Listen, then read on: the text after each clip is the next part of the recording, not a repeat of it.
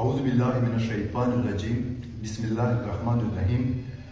ډیرو قدرمنو عزتمنو پښتنو ورونو، لکه څنګه چې تاسو ته پته ده چې مشر منظور پښتين په 11 اکتوبر د ټول پښتون قوم یوه جرګه راوغوښتې ده.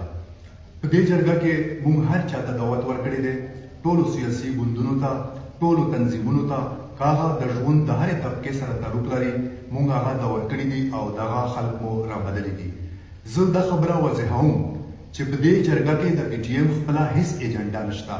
موږ به صرف د وطن او د قام تکلیفونه قام ته مخکې ږدو، بیا به قام فیصله کوي چې د دې تکلیفونو د ختمولو لپاره کومه لار راوباسي. هغه به موږ ټولو ته قابل قبولی او ټول به موږ په هغې باندې عمل کوو.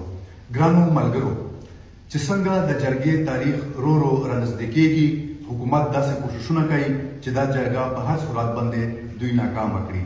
چې کومو سیاسي جماعتونو مشرانو ته موږ د دې جرګې د شمولیت دعوت ورکړی و، په هغه کې اکثرو مشرانو موږ ته دا خبره هم کړې وه چې موږ ته آرمي چیف جنرال عاصم منیر په خپله کالونه کړي دي او دی راته ویلي دي چې تاسو په دې جرګه کې په هیڅ صورت باندې چې شرکت ونه کوئ.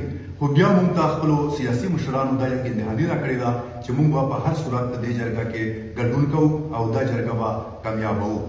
اوس چې څنګه د دې جرګې تاریخ رانږدې کېږي، حکومت په انتقامي اقدامات کوي او داسې کارونه کوي چې دا جرګه د ناکامۍ سره مخامخ کړي.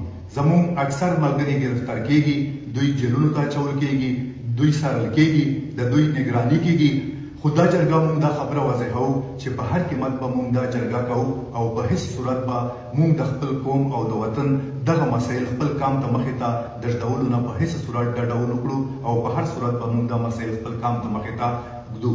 ګرانو ملګرو، اوس د یوې هفتې نه داسې شواهد موږ لرو، داسې څیزونه زموږ د نظر لاندې دي چې ریاست دا کوشش کوي چې زموږ مشر منظور پښتین ته ځاني نقصان ورسوي او ده ته ډېر له منځه یوسي یا خدا نخواسته دی په شهادت باندې ورسوي.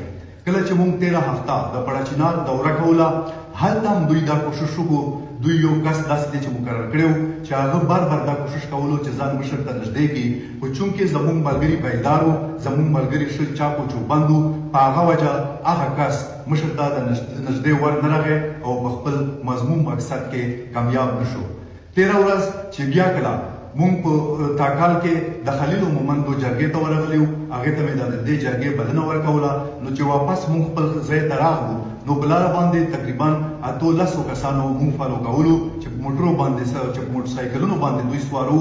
بیا چې کله موږ کور ته راورسېدو، نو دوی زموږ د کور محاصره وکړه. دوی مسلح وو، دوی سره تماچې وې او دوی سره ډرون کیمرا هم وه چې په کوم کور کې موږ ناست وو، هغې د پاسه دوی ډرون کیمرا ګرځوله. زموږ ملګرو چې کله دوی ولیدل، زموږ ملګري په دوی پسې ورغلل، د دوی 2 کسان یې په دوی کې وام نیول. دوی نه یې پوښتنې وکړې، خو د دوی حرکات او سکنات داسې ښکارېدل چې دا د ریاستي ایجنسیو کسان دي او دوی دا کوشش کوي چې دوی مشر ته نقصان ورسوي. د دوی خبرې موږ اورېدلې دي، د دوی نقل و حرکات موږ څارلي دي، موږ په هر څه باندې پوهېږو او په هر څه دا موږ ته معلومه شوې ده چې دوی په هر صورت دا کوشش کوي چې مشر ته ځاني نقصان ورسوي. ګرانو ملګرو، زموږ ملګرو هغه وخت هم دا کولی شل چې دا کسان ونیسي او داسې دی چې لکه ټارچ دوی نه پوښتنې وکړي، خو موږ داسې دی چې لکه دا کار ونه کړو. صرف داسې دی چې خپلو ملګرو ته مې ویلي دي چې تاسو بیدار اوسئ، تاسو چاک او چوبند اوسئ، چې داسې هیڅ قسم کوشش چې باقي مشر ته د زیان رسولو نقصان وي چې هغه کامیاب نشي. ګرانو ملګرو، موږ دا خبره کوو چې موږ خپل شهیدان هېر کړي نه دي، نه موږ ګیلمان شهید هېر کړی دی، نه مې معاف کړی دی او نه مې برداشت کړی دی. خو د یو مصلحت دی وجه چې قام دې راشي، موږ به قام ته د ټول تکلیفونه، د ټول زیاتي چې د ریاست له طرفه د پښتون قام سره کېږي، هغه به قام ته مخ ته ږدو او قام به دا فیصله کوي چې یاره په دې باره کې اوس څه کول پکار دي. نه موږ نور خپل شهیدان هېر کړي دي، نه موږ د ریاست ظلمونه هېر کړي دي، خو صرف تر 11 اکتوبر پورې زموږ انتظار دی چې 11 اکتوبر کې کومه فیصله وکړي، موږ به ټول په هغې باندې عمل کوو. ګرانو ملګرو، دلته چې پېښور کې موږ کوم ځای کې اوسو، هلته موږ دغه کسان لیدلي دي. دوی دلته ګرځي، مسلح کسان وي، دوی سره ډرون تیارې هم دي، دوی سره نور داسې حالات دي چې دوی زموږ نقل و حرکت څاري او داسې دي چې په موږ باندې نگراني ساتي. موږ ریاست ته دا خبره واضحه کوو چې که په دې کسانو باندې بیا موږ وپوهېدو یا موږ داسې کسان بیا ولیدل نو موږ به دې ته انتظار هیڅکله نه کوو چې دوی د زموږ مشر ته یا زموږ نورو ملګرو ته څه زیان ورسوي یا د هغه خدای نخواسته هغه زندګي د داسې دی چې لکه د منځه یوسي. موږ به بیا پهل کوو. دا خبره زه په ډاډه کوم چې مشر زموږ ریډ لاین دی. بیا به موږ پهل کوو. دا کسان به موږ نیسو هم او په هر صورت به چې په کوم قیمت هم وي څومره چاته زیان رسي څوک له منځه پکې ځي خو موږ به په هر صورت د خپل مشر حفاظت کوو او ساتنه به یې کوو. دا هر څه مې چې په دغه ویډیو کې وویل او تاسو واورېدل د دې نه زیات موږ سره معلومات او شواهد شته. موږ نور هم ډېر ثبوتونه لرو خو لا تر اوسه موږ هغه پبلک کړي نه دي. که چېرته دا عمل بیا وشو دا بیا تکرار شو نو موږ به هغه ټول معلومات هغه ټول شواهد چې موږ د ځان سره ساتلي دي هغه به موږ بیا پبلک کوو او تاسو ته به یې ښیو. ګرانو ملګرو تاسو یقین وساتئ چې جرګه به په هر صورت باندې کېږي په 11 اکتوبر باندې. دا د ټولو پښتنو جرګه ده او دا زموږ دود دی دا زموږ روایات دي چې کله هم کم ته تکلیف پیښ شي نو پښتانه مشران کینی مشوره کوي جرګه کوي مرکه کوي او بیا د هغه مصیبت د هغه تکلیف د لرې کولو لپاره یوه فیصله کوي.